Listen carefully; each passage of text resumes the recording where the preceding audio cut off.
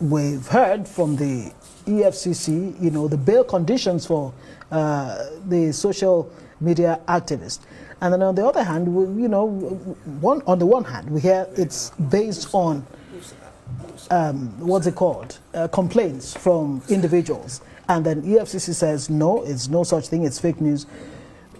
This miscommunication, is that what is giving oxygen to this? If the EFCC is able to determine what is fake news, one would expect too that it will sell us the proper news, the proper situation of things. Right. I think I like the slogan of the EFCC where before now when it says the EFCC will get you anytime, anywhere, right? So that's connotes a very powerful organization that's ubiquitous.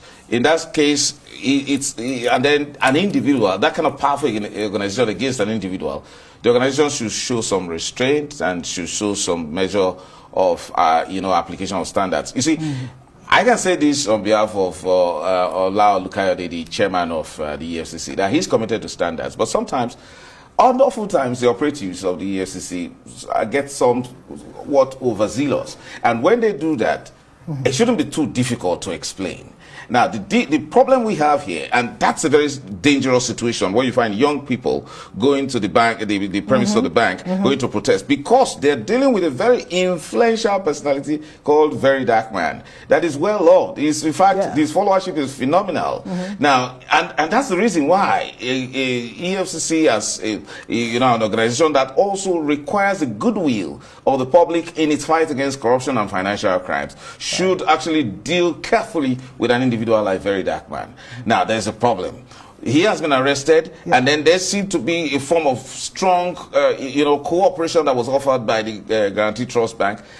The expectation is a show of accountability on the part of the EFCC and the bank by simply explaining to Nigerians that this is exactly what's happening. Nobody is saying that the Very Dark Man is above the law. However, when it seems... the bank in question says, they don't have a hand in it. The young man, the VDM, was arrested outside the premises of the bank. That they've exculpated themselves, more or less. Oh, but Nigerians don't believe. And that's the more reason why an authority like the EFCC should be the forefront of showing a level of accountability to the people by saying this and such a reason is why we arrested Very Dark Man. And of course, because of the presumption of innocence, he should be assumed that he has been granted bail. And then, so that report... Given bail conditions, he will not be released until he meets his bail conditions, and he will be taken to court. Well, that's the report. That's the report accredited to the BBC. Right. However, it's nothing difficult for the EFCC. EFCC has fantastic spokesmen. Whether you talk about Dele or Wilson Owajure, these are people who are very experienced in the business of public relations and public communication. So it's not difficult to communicate it. The problem is, Nigerians lose respect for the EFCC when it fails to do very simple things like this, or when it seems as if it's doing the bidding of one person.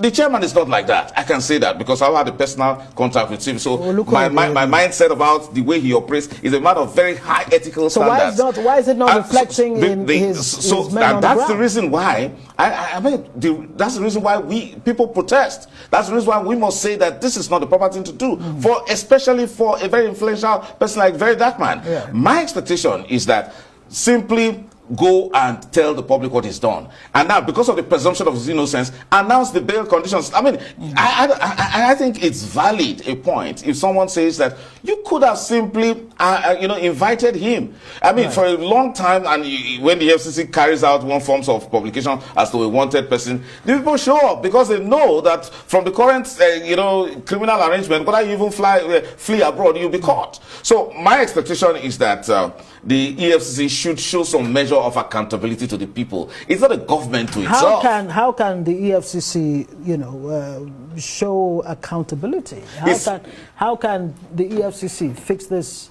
What's looking in your eyes like a damage to the reputation of the EFCC? I think just do the right thing. I would have expected they call a press conference, because you can see that in this age of the social media, where people like Very Dark Man reign as I would say as kings. They carry a lot of influence in that place, and every young Nigerian nearly sees these sort of fellows as role models. So it's not a very good thing if now the FCC is seen as the oppressor, as the one that can be used by the government to suppress free speech. Because so, in order not to allow, because we see that label of these explanations as fake news, in order not to allow the constant growing fake news to be preponderant, you have to make the proper statement, give the statement. So what the FCC should do now, in realizing that it doesn't matter whether he's a young person, the level of his popularity demands that a press briefing be given immediately to show some measure of accountability to Nigerians, that you don't work for yourself and that you are not against Nigerians, and that we are all in the business of fighting corruption together, fighting financial crimes, or whatever in this case is cyber stalking. Nobody really wants Let's it. talk about this cyber stalking. Is it being... Oh, okay. Very quickly, you were going to say... cyber stalking. Cyber stalking, you see, look, until you become a victim of some of these crimes, you would not find the FCC to be a very useful organization. In this case, we're saying that it has to be on the good side of the people so that it can enjoy the goodwill of the people. After all, it's set up to serve the people. Cyber stalking can be a very dangerous crime, especially when it attacks innocent people. But the very dark one is seen in the eyes of Nigerians, especially young Nigerians, as a freedom fighter, as someone who's speaking on their behalf, and it does it in such an innovative manner. Playing, it doesn't with a lot of and then it comes out to be well loved, and that's strange. And some of us are very impressed with him. And in that case, the FCC should even see such persons as partners, even when they make mistakes. And in that case, they should not. Of course, he's already a hero, but you increase his heroism when you arrest him in such a manner and refuse to explain.